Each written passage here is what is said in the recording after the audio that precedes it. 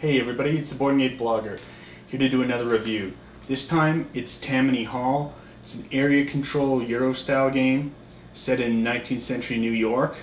The idea is that immigrants are flooding into the city and you play one of the factions at Tammany Hall trying to get organize your ward bosses to influence the different immigrant groups to vote for you.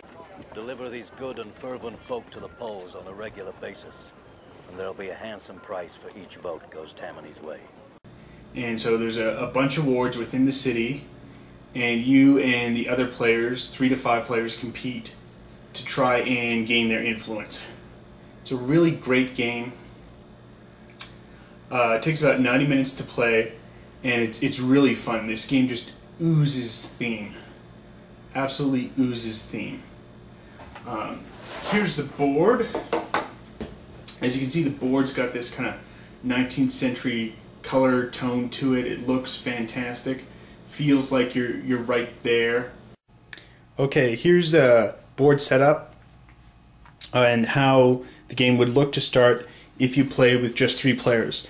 What's neat about this game, for 3 to 5, is it scales well. So they've divided up the city into 3 major zones, and if you're just playing with 3 players, you only start with zone 1 open. If you started with 4 players, zone 1 and 2, 5 players, zone 1, 2, and 3. So it scales well in that the competition for the voting areas, you know, is still intense, and it works depending on how many players you have. So that's a nice feature. I found some games don't really scale well. This one does. So here's the setup, and what happens is there's immigrants flooding into the city every year. There's 16 years, and after every 4 years there's an election for mayor. So at the beginning of the year you draw randomly from the bag and see what potential immigrants might come. There's Irish, English, German, and Italian immigrants. So they arrive and they might potentially immigrate to the city, and you can try and help them immigrate, because on your turn you can use your city benefit, which is after the first election the person who becomes mayor, that is the person who's won the most wards. So let's say red here had 2 wards, and then yellow had 1, and the other players all had 1. Red would become mayor because they had the most wards, and they'd score some extra victory points for that. Then they would give a city appointment to all the other players. So there's deputy mayor, there's chief of police, there's precinct chairman, and all of those come with neat special abilities, whereas the mayor has no ability. So it's tough. You know, there's not going to be a runaway leader problem, because if you've got enough ward control to become mayor, you then don't get any additional bonus for the next 4 years, and you got this big target on your head. So it's like, great, you made it, but then you know, it's tough to keep fighting. Hated man! Top of the world! So on a player's turn, they have one of 2 things they can do. You always place a ward boss, and during the election, whoever has the most ward bosses in a given ward will win control of that ward, and they would vote for you. So you can place 1 ward boss on your turn, and then you can either place a 2nd ward boss, or you can help someone immigrate. So let's say red decides to place a ward boss, and they also immigrate an English person into that ward. They would then gain English influence chip.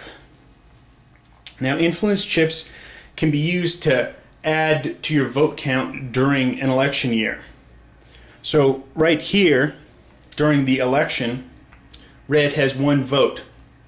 When the election actually comes up, let's say, you know, yellow was there, so they're both there. When the election for that ward happens, both players reveal how much potential influence they have to spend, that they could use to sway the election, and then secretly chosen. So it's pretty neat. It's a neat tactic of trying to read the other player, gauge how much influence you need to save up, and then you can choose to spend that influence to gain an additional vote. So if red spent 1 influence, they would count as an additional vote. So red would win that ward 2-1, and beginning next year, yellow would be kicked out and red would remain. Now, because there's the 4 different immigrant groups, you can only spend influence where those immigrants are. So it's kind of neat because the game almost incorporates the nativist feeling that you might have, or some of the people had, towards the immigrants coming in to the country. That is, if you've built up a ton of English influence, you don't want to see an Irishman immigrate into an area where somebody else has tons of Irish influence, because that can sway the. So it's really neat. The great theme just incorporates the elements. It feels like it's 19th century New York with immigrants streaming in, and the different immigrant groups battling out with different political leaders playing them off one another. Additionally, there's a mechanic in which you can slander your opponent. So after you do your move of either placing 2 ward bosses or 1 ward boss and 1 immigrant, you also then have the ability to slander. So here, because there's both English and German, I could spend either English or German influence. So if I'll spend an English influence, I'm slandering yellow to the English community, and he gets run out of the ward. However, you only have 3 slander tokens for the entire game that let you initiate slander. So it's careful when you want to use it. The game runs about 90 minutes. It's really great. It just really oozes the theme. There's a lot of deep strategy in, choosing which immigrants you want to come in, and the influence game scales well. I think there's a few problems with the game. The biggest problem, I think, is going to be if you're colorblind. There's no symbols or anything printed on any of these colors. I've played with a fellow who is colorblind, and he just could not play the game because he could not differentiate the colors easy enough. So if you're colorblind, I'd say you better pass on this game. If you don't like an area control game, you might not like this game, but I think this game is one of the best in the area control. It just oozes theme. You really feel like you're there. You're battling over the different wards. Some of these wards here at the dock have special abilities, and so does Tammany Hall itself. Won't get into that. It's just a minor additional mechanic. But absolute great game. You're really fighting over it. People can get into the game. When I've played and used the slander, someone has to come up with an appropriate slander for that time period to say about the opposing player, so it can get fun that way. It's just a fantastic game, published by StrataMax Games, designed by Eckhart.